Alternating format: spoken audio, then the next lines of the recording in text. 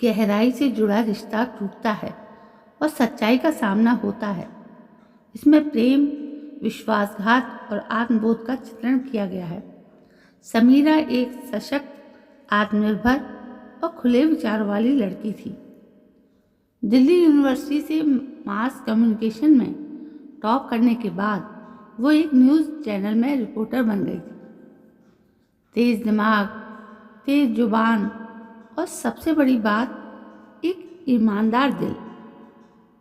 उसकी ज़िंदगी में सब कुछ ठीक चल रहा था जब तक कि उसे आरव से मुलाकात नहीं हुई।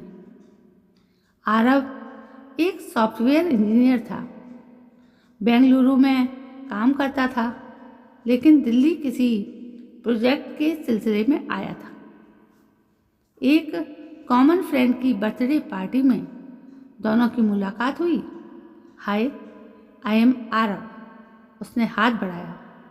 समीरा, उसने हल्की मुस्कान के साथ हाथ मिलाया। उसके बाद बातों का सिलसिला चल पड़ा। एक मुलाकात 2 में बदली, 2 4 में, और फिर वो पल आया जब आरव ने कहा, मुझे लगता है मैं तुमसे प्यार करने लगा हूँ। समीरा ने कभी जल्दी भरोसा नहीं किया, लेकिन आरव में कुछ था, एक सच्चाई, एक सहजता। धीरे धीरे दोनों एक दूसरे की जिंदगी का अहम हिस्सा बन गए। आरव हर वीकेंड दिल्ली आता, कभी इंडिया गेट पर लंबी वॉक, कभी पुराने किले के पास बैठकर बातें, कभी बिना वजह गले लगाकर रो देना। प्यार जैसे हर रंग में रंग चुका था उनका रिश्ता। आरव कहता, एक दिन मैं तुम्हें अपने माँ पापा से मिलवाऊंगा, शादी करूंगा, बस ये प्रोजेक्ट खत्म हो जाए।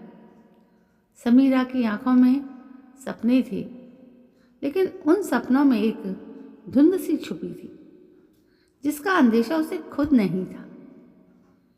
एक रविवार की सुबह समीरा ने आरव को कॉल किया, लेकिन नंबर स्विच ऑफ था। अजीब बात ये थी कि अगले 2 दिनों तक कोई जवाब नहीं आया। तीसरे दिन एक अनजान नंबर से कॉल आया। क्या आप समीरा बोल रही हैं? एक महिला की आवाज़ थी।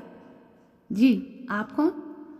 मैं नीलिमा बोल रही हूँ, आरव की पत्नी। जैसे किसी ने बिजली का झटका दिया हो।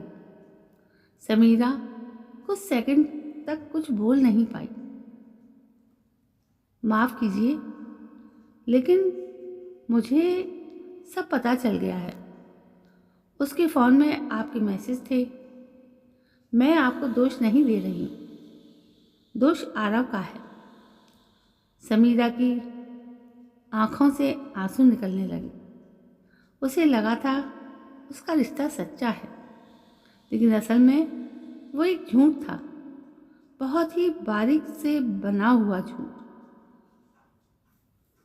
समीरा ने हिम्मत करके आरव को मैसेज किया, इतने बड़े धोखे का क्या फ़ायदा हुआ तुम्हें? सॉरी समीरा, मैं कुछ कह नहीं पाया। मेरी शादी अरेंज थी। मैं नीलिमा से खुश नहीं था।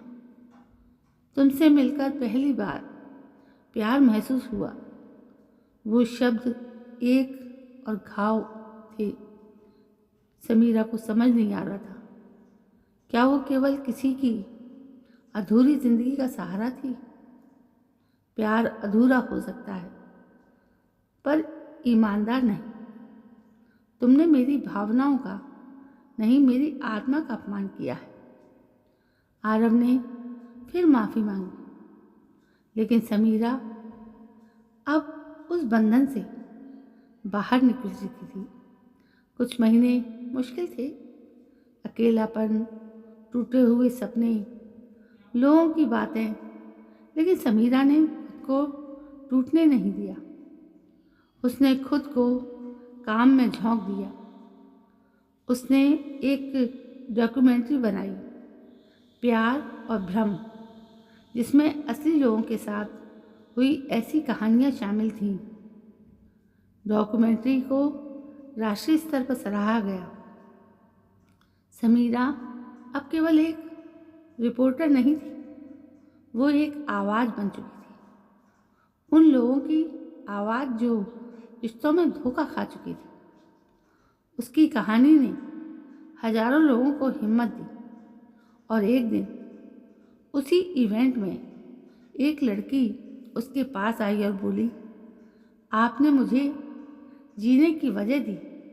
समीरा मुस्कुराई। अब वो आंसू नहीं बहाती, अब वो औरों के आंसू पहुँचने लगी थी। साल बीत गए। समीरा ने कभी आरव से दोबारा बात नहीं की। नीलिमा ने तलाक ले लिया और एक नई जिंदगी शुरू की। समीरा भी अपनी किताब लिखने में व्यस्त हो गई। धोखे के बाद की दुनिया। एक दिन उसी किताब की लॉन्च पार्टी में उसे एक पत्रकार ने पूछा, क्या आपने दोबारा प्यार किया?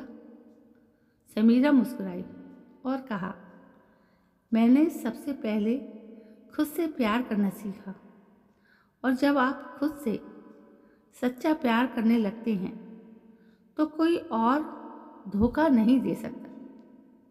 रिश्ते भरोसे से चलते हैं, और अगर वो ही टूट जाए तो सबसे पहले खुद को संभालना जरूरी होता है। धोखा अंत नहीं होता, कभी कभी वही नई शुरुआत का दरवाज़ा होता है। सच्चा प्यार सबसे पहले खुद से होता है। तो दोस्तों, ये थी एक छोटी सी कहानी, प्यार भरे रिश्ते में धोखा। दोस्तों, आपको ये कहानी कैसी लगी? कहानी छोटी थी मगर सारगर्भित थी। यदि आपको ऐसी कहानियाँ पसंद हैं तो प्लीज़ मुझे कमेंट करें। अब मैं आपको अगली कहानी में मिलती हूँ। तब तक के लिए जय हिंद, वंदे मातरम।